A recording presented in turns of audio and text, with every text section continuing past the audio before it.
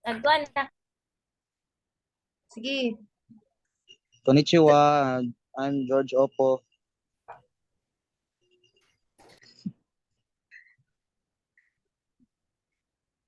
Konnichiwa. Namae wa Danada.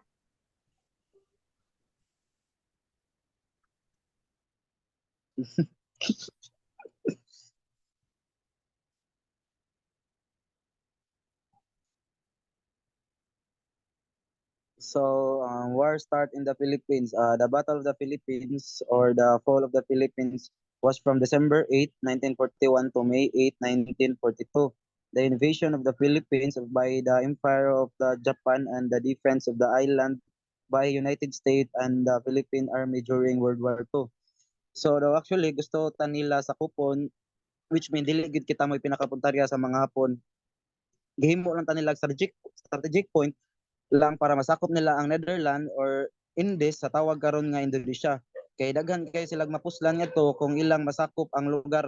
So mao tong nakaingon nga ang mga Hapon nga kinahanglan kita nila i-colonize kay ila tang ma-colonize na way makasamok sa ilang pagsakop sa Netherlands Indies kay makasiguro sila nga walay maka-intercept sa ilahang mga message.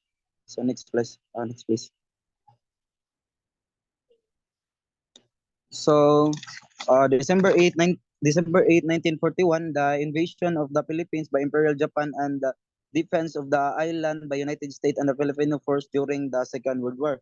So, mao na ni ang year, ang date nga nisakop ang mga Hapon nato. So, sugod na ang gubat ang Philippines ug ang Japanese. So, sakto sa nga atong mga army atong mga army kay sakto na training ni General MacArthur. So short recap lang, si General MacArthur niabot siya sa Pilipinas in year 1937. So in that time si General MacArthur is dili pa siya general, which is kuan siya kanang retired siya nang that time niya gipaadto lang siya sa iyang presidente.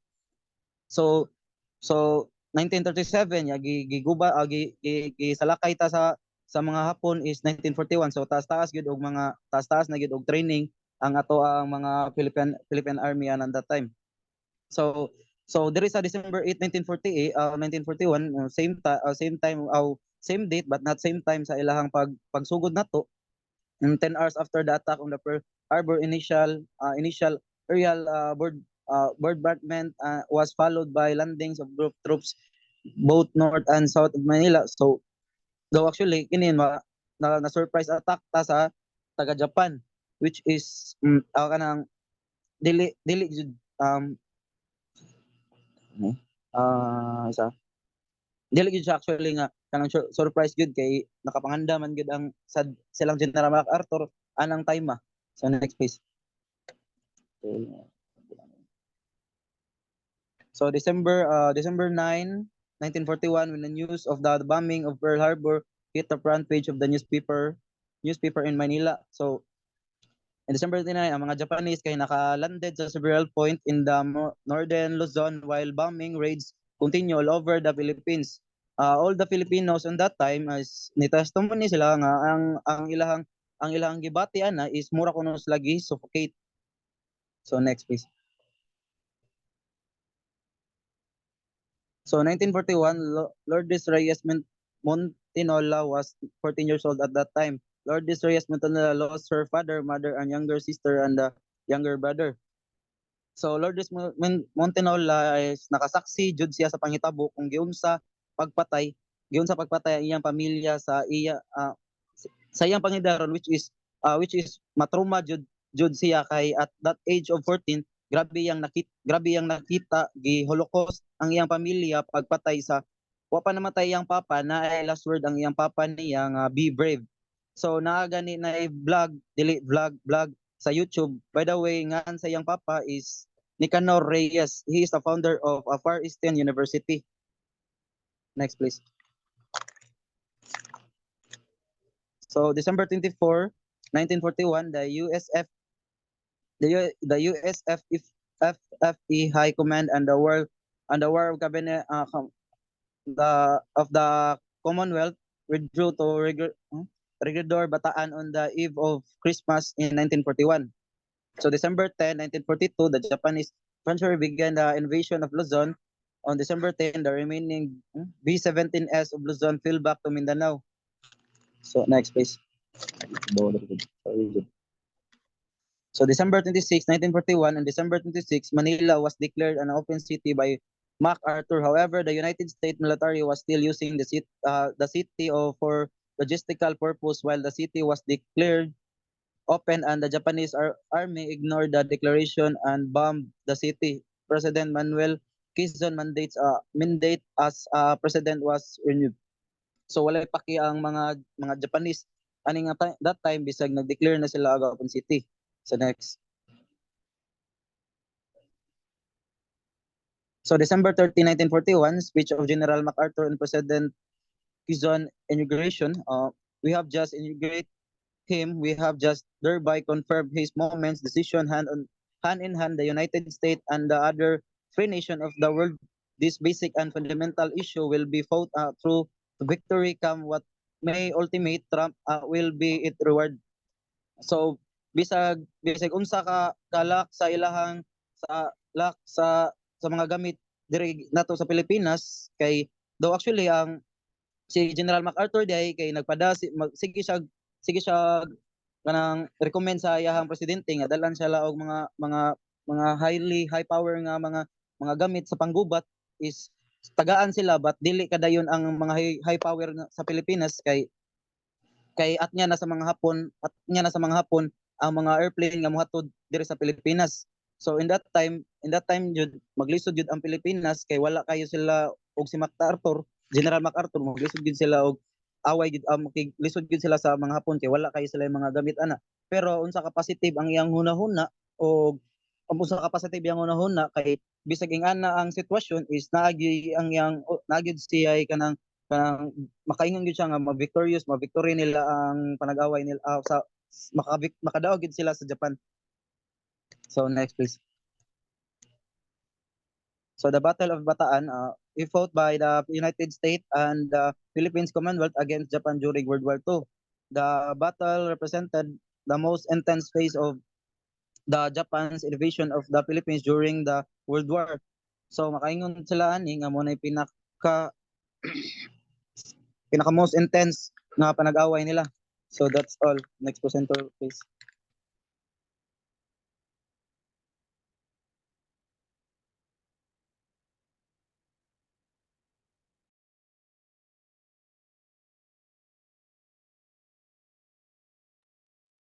So, hello. Madawag ako. Okay lang natin. Madawag ako tingnan. Okay, Ramis. Okay. So, start na ko. So, my topic is the address to the people of the Philippines by Lieutenant General Masahiro Homa. So, next slide. And before mo discuss ko aning mga sa screen karon, let's get to know Masahiro Homa first. So, si Masahiro Homa, he was born on November 27, 1887. So, sabi ito yung birthday. And then, namatay siya April 3, 1946. So, siya, of course, ang Lieutenant General in the Imperial Japanese Army pag World War II. O siya sad ang commander sa Japanese 14th Army, which nag-invade sa Philippines, perpetrated the Bataan Death March. So, sila ang murag ipalisod sa mga Pinoy, sa mga Amerikano nga nasa prisuhan sa Bataan that time. So, after sa war, si Homa kay na convict. So, nakuan siya tungkol sa crimes sa sa mga ilahang manggipang buhat during sa Bataan Death March. And then siya og iyahang mga troops. So sila he was executed by the firing squad motong pag April 3, 1946. So going back, topic. So it's the address to the people of the Philippines by Lieutenant General Masaru Homa talks about the following. So we have here Greater East Asia Co-Prosperity Sphere, Japan's view on world peace and unity, spiritual foundation, racial extinction, Americanism, consume over produce. So first, the Greater East Asia Co-Prosperity Sphere, or the GEACS. GEACS. So the Greater East Asia Co-Prosperity Sphere, mo ni siya ang nagsamahan sa like sa Asian countries. So mo ni sila ang gikuan sa Japan o sa sa di pa silbi ilahan ning pa kalat Tagalog kani dito sa Bisaya. So mo ni gipangunuhan sa Japan o sa tibuok kalibutan kung diin ilang gipakatag ang prinsipyo nga to make the universe a home. Siya, to make the universe a home. Or in other words, himuong hapsay ang kalibutan ug layo sa mga dautan nga impluwensya sa mga dako nga country. So ano siya ang Greater East Asia Co-Prosperity Sphere. Now next is Japan's view on world peace and unity. So mo ni siya ang prinsipyo nga gipaninintigan sa mga Hapon nga dili mawagtang. So gitudlo ni siya og gipakatag kini sa niaging emperador sa Japan hangtod karon ni padayon kay of course mo ba niya napamatud sa sila sa una o giingon sa nila nga may makabot ang ilang mga pangandoy nga pagkahiusa o ilang sanon ang mga impluwensya sa nga sa laing nasod nga invade sa ilaha sa Japan. O angay ilang ipadayon kung unsa jud ang culture nila o paglambot sa ilang pag-progress, pag-develop sa ilang culture sa Japan. So Japan's view on world peace. Now next is for the spiritual foundation.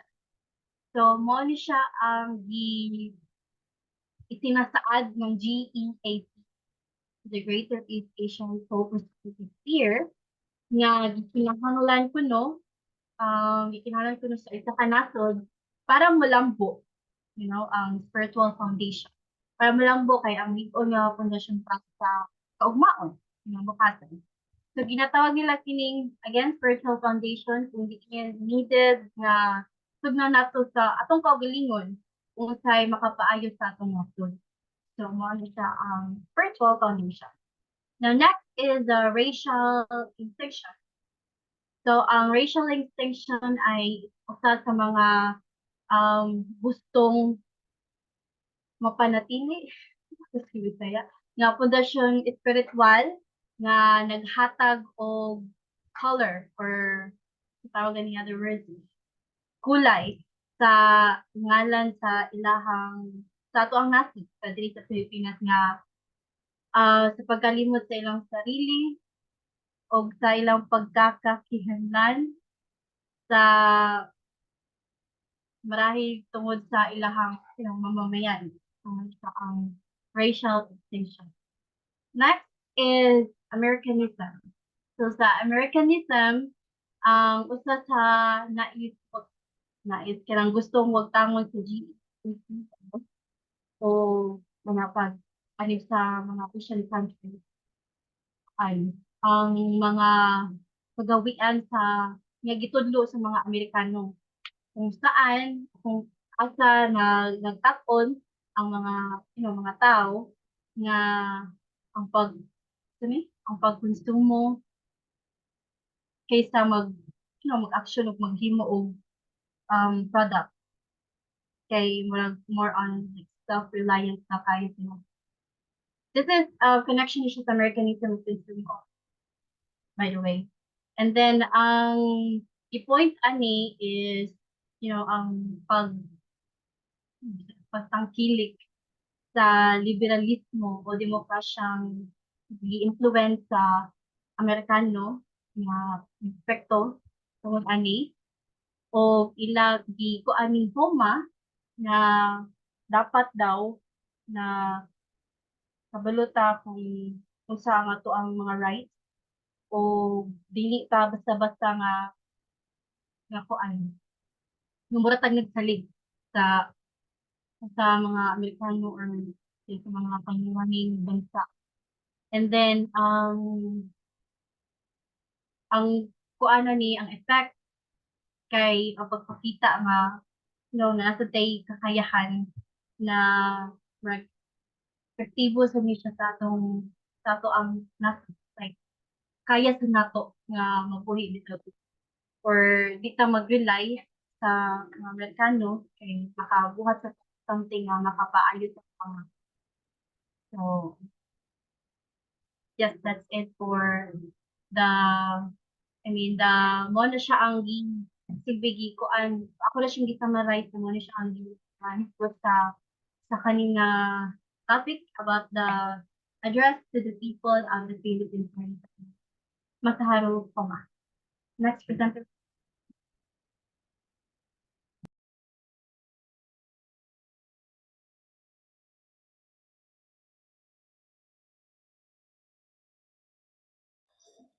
So the letter of Claro M. Recto to the Director General of the Japanese Military Administration.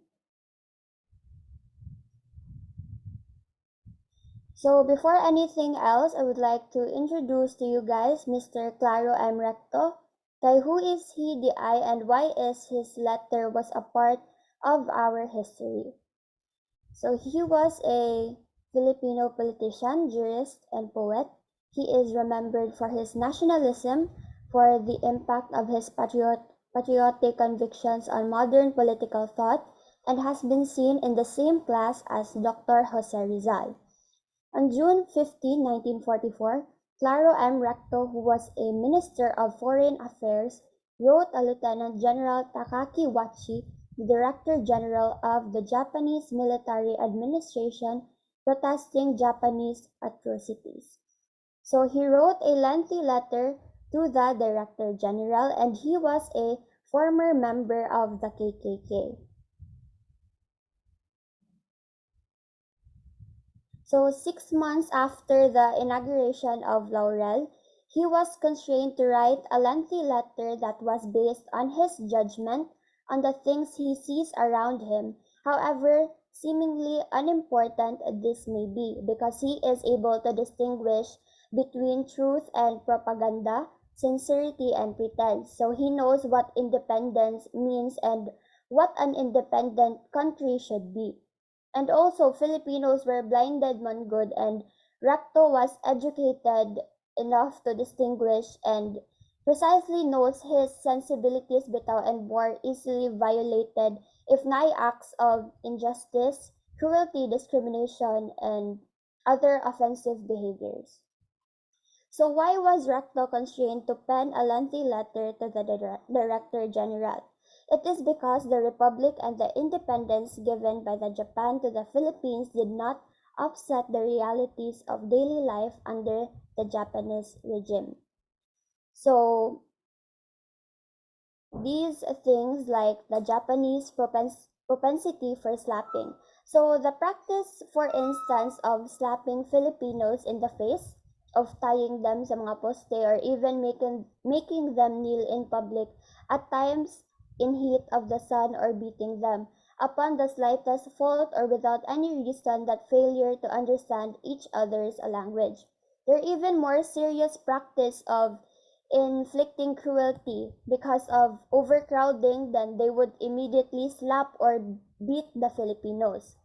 Second one is the executions without due process. So there have also been reported of people being either burned alive, killed at the point of bayonet. Bayonet kanang it is used to stab an opponent in hand-to-hand fighting. So kung na siya, blade na siya. Beheaded, to cut off someone's head. They were beaten without mercy or otherwise subjected to various methods of physical torture. So nay instances pareha ta kung gisulti ganina nga overcrowding if naay matukmod nga Japanese military or civilian nga bisag wala tuyua or tungod ras kahuot gani, they would immediately slap or beat, they thought guilty of pushing them. So magtagna-tagna ra sila kung kinsay feel nila nga nitukmod nila. So katong inosente madamay jud sa ilahang punishments. Third, kay outright confiscation of property. And then fourth, the last one is the violence towards women.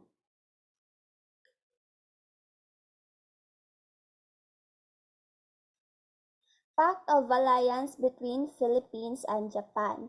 So the notorious Pact of Alliance, mao ni siya ang agreement was concluded and signed on the very day of the Republic of the Philippines was inaugurated.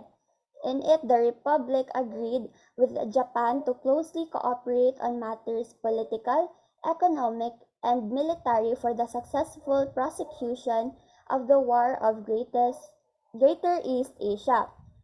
So to this end, we have appealed to our people, trying to convince them that the independence of our country is real, that Japan's intentions in sponsoring and recognizing it were sincere, and that therefore they should have faith in the government assisting it in the work that it is doing and cooperating to the fullest extent with Japanese authorities for the accomplishment of the noble purpose envisaged in the said Pact of Alliance.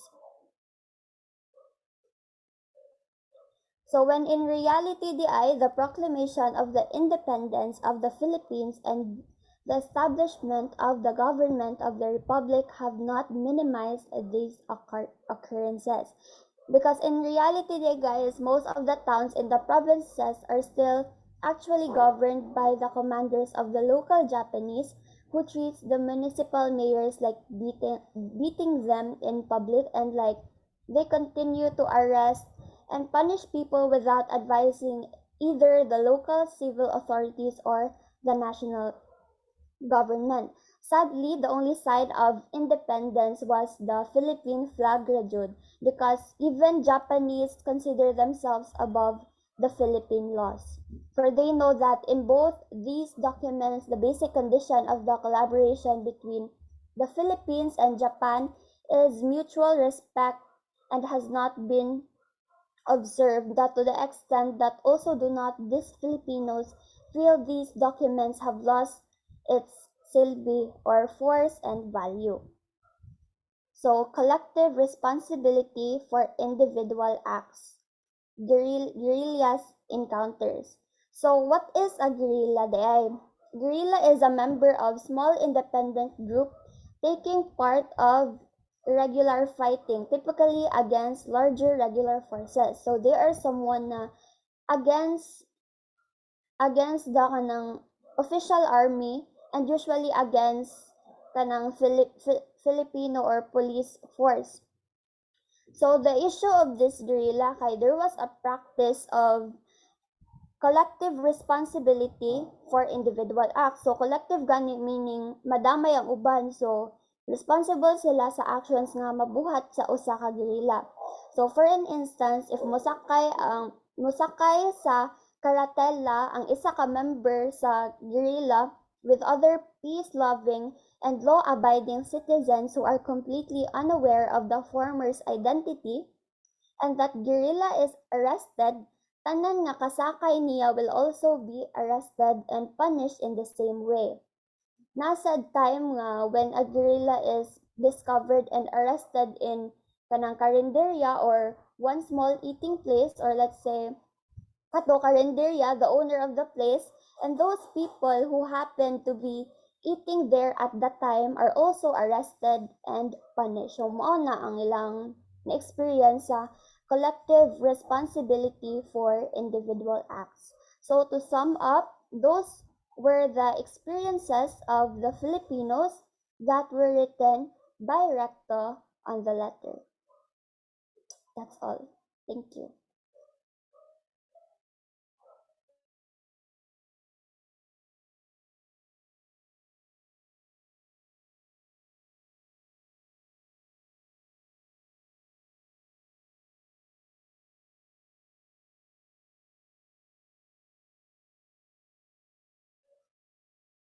Wait. Dapat napatay oras. Yeah. Okay. So, moingon na lang kung ganding. Ato lang i-edit ang ka-Rosie o ang ka-Kian. Okay.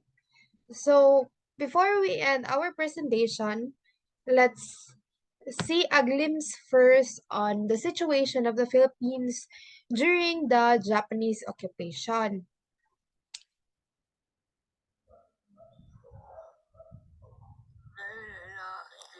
You cannot erase it. When somebody talks about it, the memories are revived.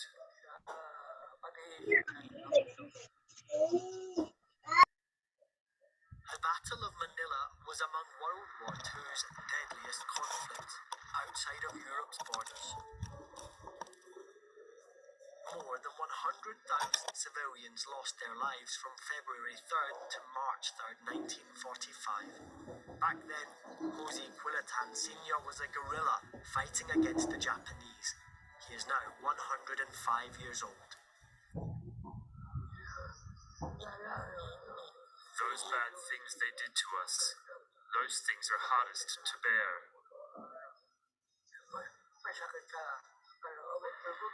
The sound of bombs, the people got used to it. It was like watching a movie. On February 3rd, American troops marched into Manila. Their aim was to end Japan's 3-year-long occupation of the Philippines. Oscar Buenconsejo fought alongside the US Army during the battle. He witnessed the toll fighting took on the city's residents. People don't die, they just die in the streets. Starving. Even the snails in the sewers, we ate all of them. It's a shame. I wish I had a photo of how I looked. You'd see that I was a walking skeleton. Once defeat was in sight, Japan's troops set fire to huge swathes of Manila. And they committed atrocities against the civilian population, including mass murder and rape. They did bad things to our women. They're raping the civilian population. They really did.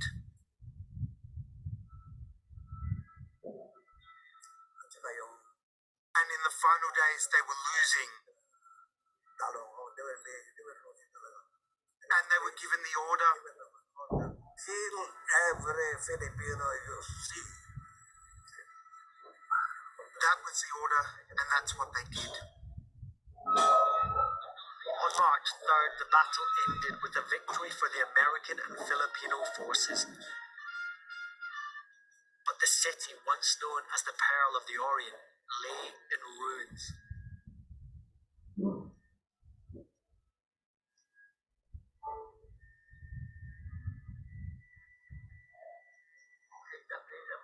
The buildings were turned into rubble. At the base of the buildings, you could see the holes. You could see the foundations of the buildings. I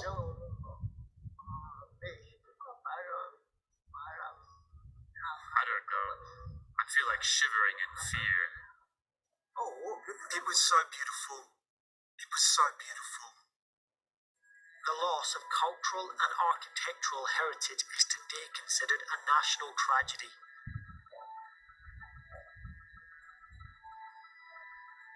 Oscar received a medal for supporting US troops during the war, but he says he never got compensation the US initially promised.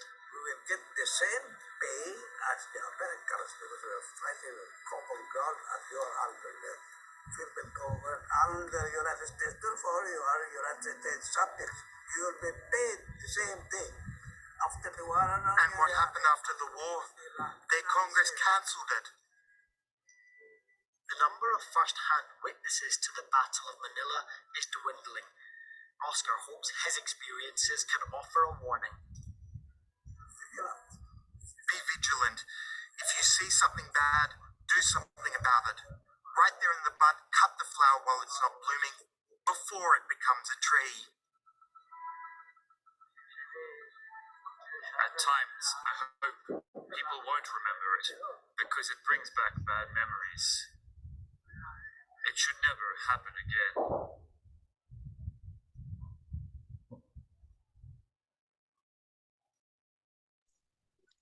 So that's it for Group C. I hope you learned something about I hope you learn a lot of things in our presentation, guys, about the Japanese occupation here in the Philippines. And yeah, we'll end our presentation. Thank you for listening. Again, this is Group 3.